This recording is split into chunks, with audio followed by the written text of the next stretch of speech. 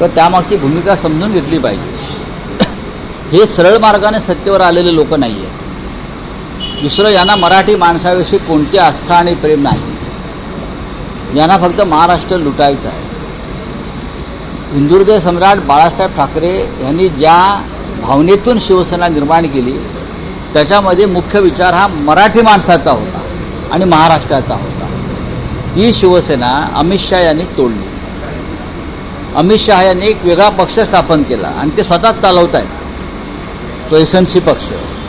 तर अशा वेळेला आम्ही त्यांना महाराष्ट्राचे शत्रू मानतो आणि महाराष्ट्राच्या कोणत्याही शत्रूला आपण आपल्या घरात थारा देता कामा नये. हे विंचू आहेत सगळे, तुम्हाला डंख मारतील, बघा तुम्ही.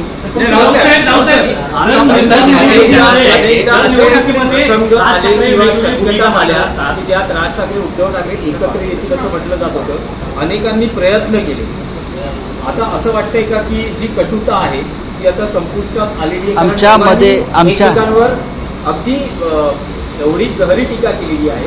ते सगळे मतभेद, ती सगळी टीका विसरून पुन्हा एकत्र येणं या शक्यता कितपत वाटत आहे? ही रक्ताची नाती आहे. माननीय बाळासाहेबांनी वारंवार सांगितलं, ही रक्ताची नाती आहे.